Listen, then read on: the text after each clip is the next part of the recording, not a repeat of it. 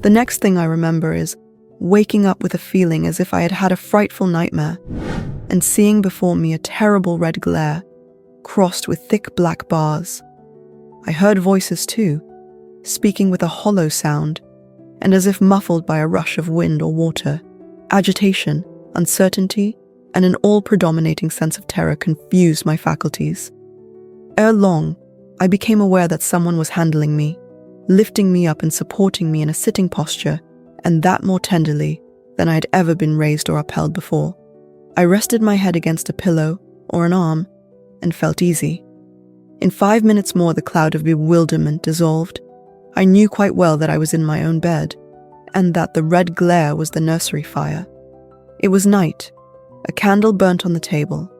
Bessie stood at the bed foot with a basin in her hand, and a gentleman sat in a chair near my pillow, leaning over me. I felt an inexpressible relief, a soothing conviction of protection and security, when I knew that there was a stranger in the room, an individual not belonging to Gateshead, and not related to Mrs. Reed. Turning from Bessie, though her presence was far less obnoxious to me than that of Abbot, for instance, would have been, I scrutinized the face of the gentleman. I knew him. It was Mr. Lloyd, an apothecary, sometimes called in by Mrs. Reed when the servants were ailing. For herself and the children she employed a physician. "Well, who am I?" he asked. I pronounced his name, offering him at the same time my hand.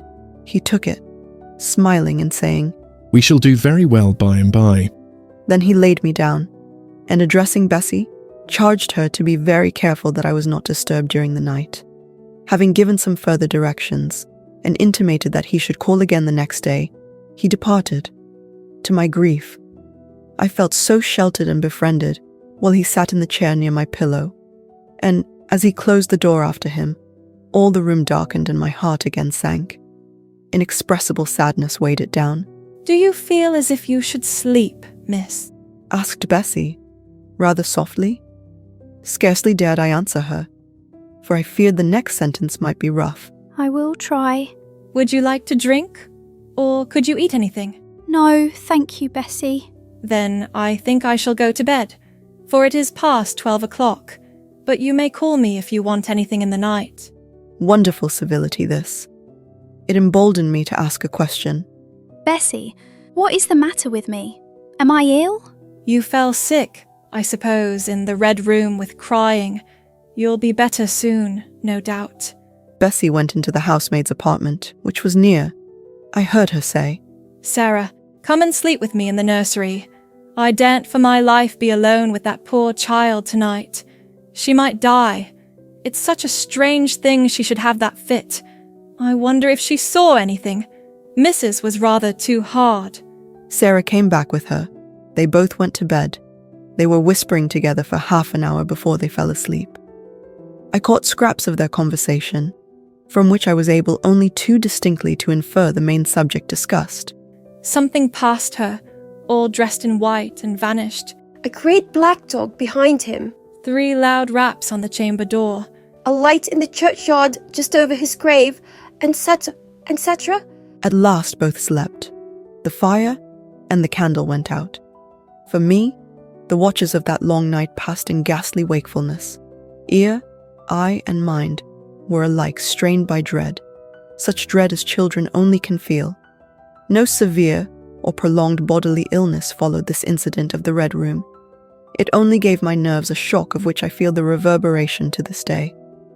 Yes, Mrs. Reed, to you I owe some fearful pangs of mental suffering, but I ought to forgive you, for you knew not what you did.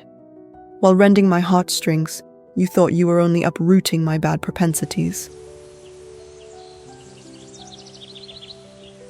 Next day, by noon, I was up and dressed, and sat wrapped in a shawl by the nursery hearth. I felt physically weak and broken down, but my worst ailment was an unutterable wretchedness of mind, a wretchedness which kept drawing from me silent tears. No sooner had I wiped one salt drop from my cheek than another followed. Yet, I thought, I ought to have been happy, for none of the Reeds were there. They were all gone out in the carriage with their mamma.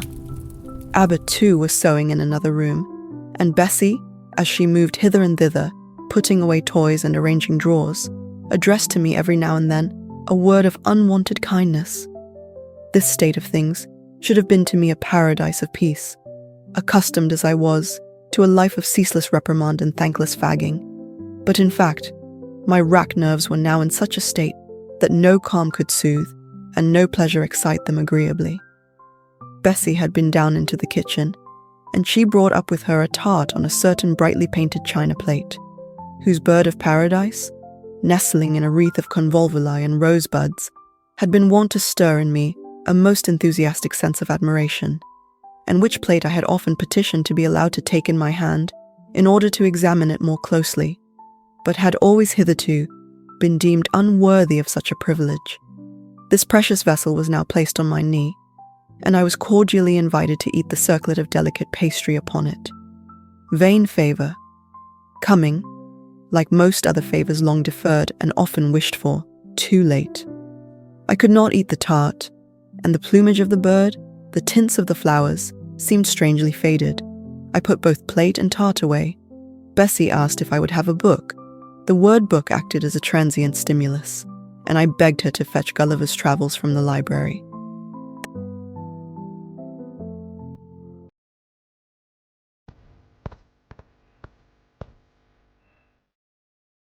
This book I had again and again perused with delight.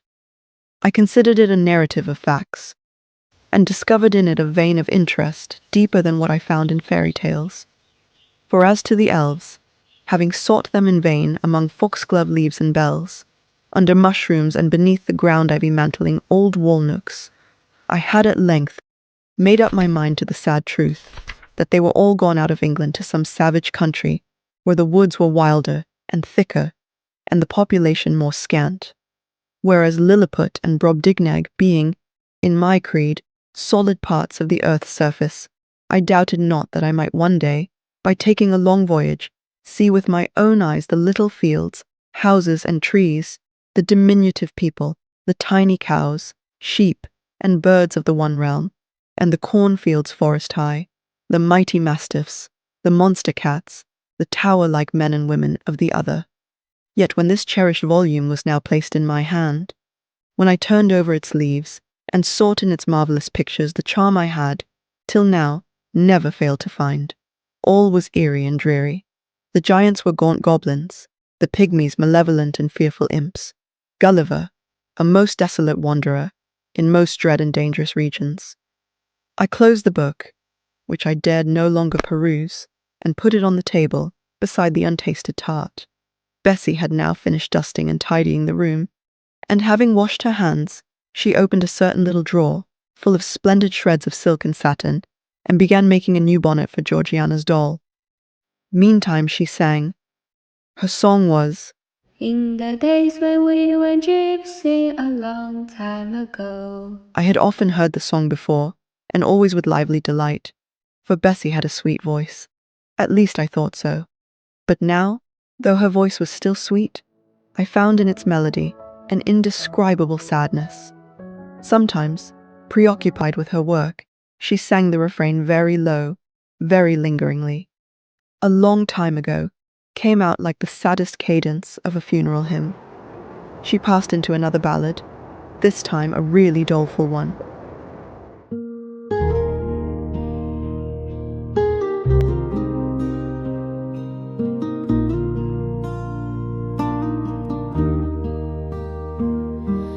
My feet, they are sore, and my limbs, they are weary. Long is the way, and the mountains are wide. Soon will the twilight close moonless and dreary over the path of the poor orphan child.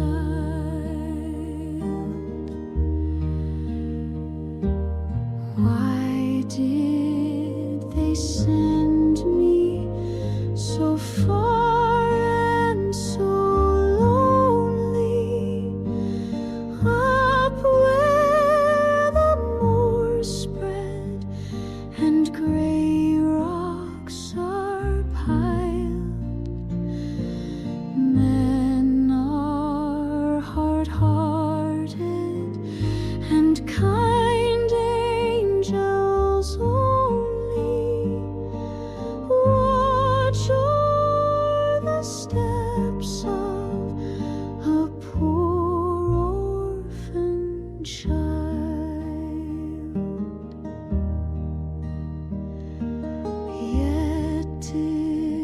distant and soft, the night breeze is blowing, clouds there are none, and clear stars be mild.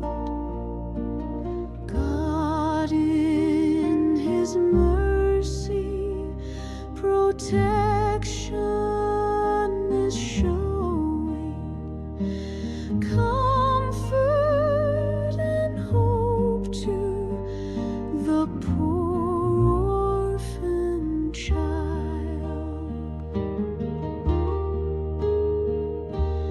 Even should I fall o'er the broken bridge passing, or stray